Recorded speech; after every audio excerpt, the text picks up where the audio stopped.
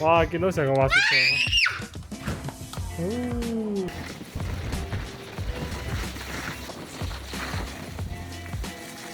好啦，今日咧我哋就喺澳門機場而家出發，準備去北京。趁住呢個新年嘅假期咧，帶啲小朋友去北京滑雪啦。今次我哋澳航直飛北京首都機場，每一個人來回年稅只需要1200蚊港幣，交通費真係算平啊！好啦，我哋終於嚟到呢個北京冬奧嘅舉辦地崇禮嘅滑雪場啊！咁呢度咧就係太武小鎮啦。咁而家小朋友咧就玩到超開心啦。等我嚟簡單介紹下我哋今晚入住嘅度假村酒店啦。佢就係太武小鎮嘅南山里酒店啊。佢算係成個崇禮入面比較高 CP 嘅酒店啊。特別係南山里 D 棟真係超方便啊！入面有晒唔同嘅配套設施，酒店一樓就係雪具大廳啦。雪具大廳電梯直上就係酒店房，二樓有唔同嘅餐飲，支層有室內同埋戶外嘅湯泉。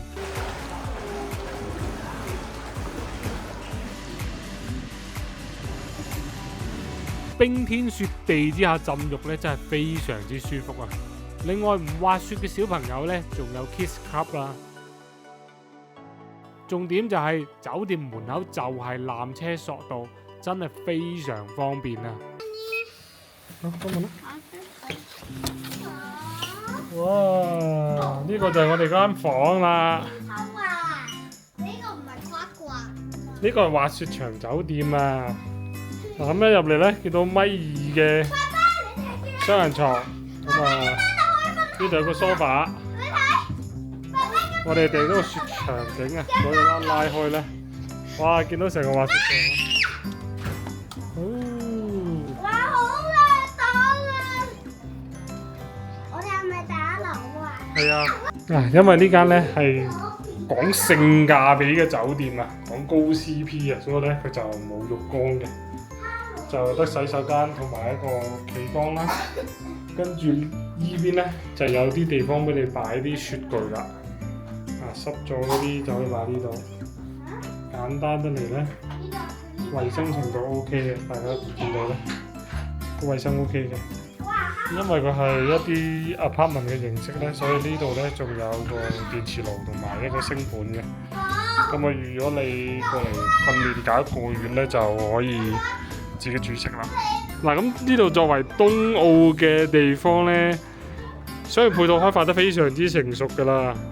呢度就係雪道，雪道下面呢，見到嗱嗰度啲地氈，黑色嗰條地氈呢，就係滑出滑入噶啦。所以住呢度呢，就滑雪好方便，同埋下面呢，有露麥啊，又有做 SPA 啊，係超方便嘅。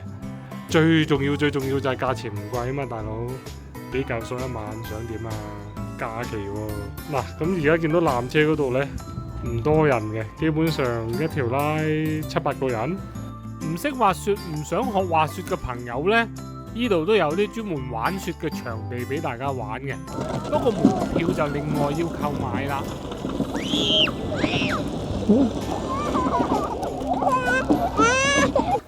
點啊，細佬？呢度好唔好玩啊，細佬？重點嚟啦！今次我哋專門過嚟滑雪啦。咁雪友最關心嘅肯定就係第一，雪靚唔靚啦，質地如何啦；第二，索道多唔多，要唔要排隊；第三，雪道嘅設計好唔好玩，夠唔夠安全。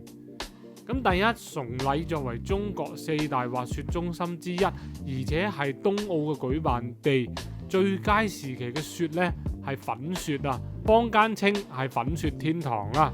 雪嘅質地比較乾身，所以滑得好爽啊！我哋去嘅時候已經係2月中啦，氣温已經好高啦。中午有部分雪道嘅中間呢係會化雪為冰嘅，相對就危險啲啦。但係夜晚氣温就非常低，而且有好多嘅雪車去維護雪道啦，所以每日朝早都係面條雪，一早去滑呢就超級爽啦。第二，太武小鎮嘅索道呢就唔多嘅，好似得4條啦，摩氈就有10幾條啦。客群主要都係初學者為主啦，所以玩高級滑道呢就唔需要排隊嘅。初中級滑道尖峰時刻呢，一次索道纜車呢可能要排10到15分鐘左右啦。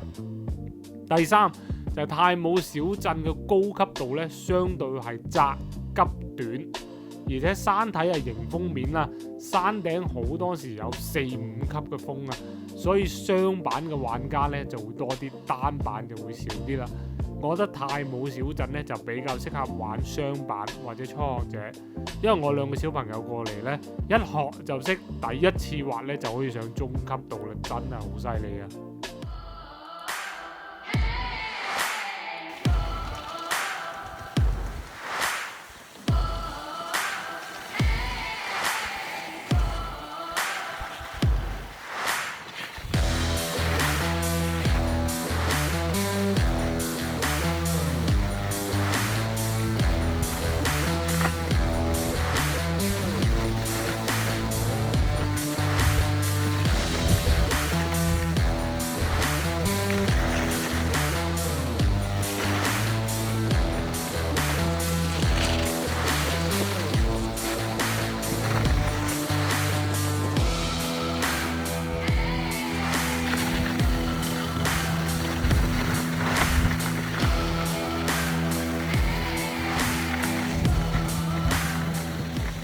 至於教學方面呢，小朋友我就揾咗全場最高級嘅教練啦，咁大概1400蚊1對2，2個鐘。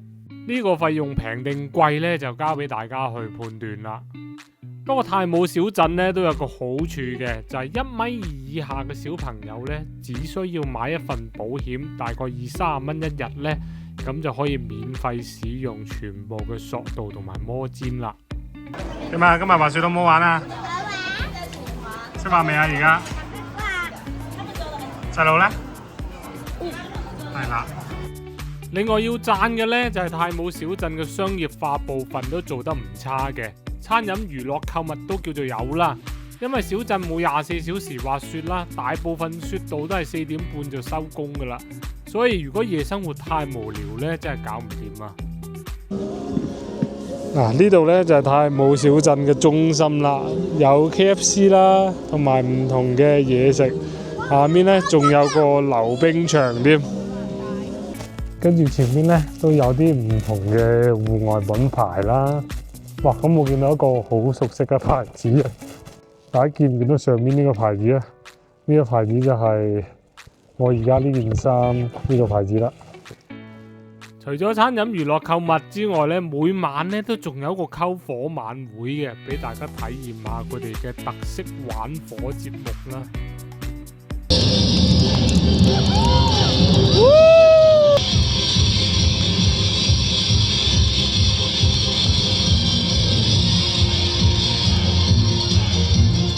零下12度喺度篝火晚會，真係凍到成條鐵咁啊！凍唔凍啊？我發現了，大家的彩禮很多啊！今天帶着球彩來的，沒事啊！我今天上午在北京的雍和宮，凍到成條鐵咁啊！你咧？你凍唔凍啊？開了一下工，所以呢，具體你們發多少彩我不知道，但是今年一定會。最後總結，太武小鎮真係一個非常之唔錯嘅滑雪學習場地啊！第一，澳門過去嘅交通方便，而且各種配套嘅價錢咧都相對平啊。第二，酒店好舒服啦，配套設施係超級齊全。第三，雪質出色，雪道相對合理，適合小朋友學習啦。所以有機會嘅時候呢，我諗我哋應該會再去一次。OK， 今日嘅片就介紹到呢度啦，記得關注我大衛嘅 channel 同埋香港啲片唔 like，我係大衛，我哋下集再見啦，拜拜。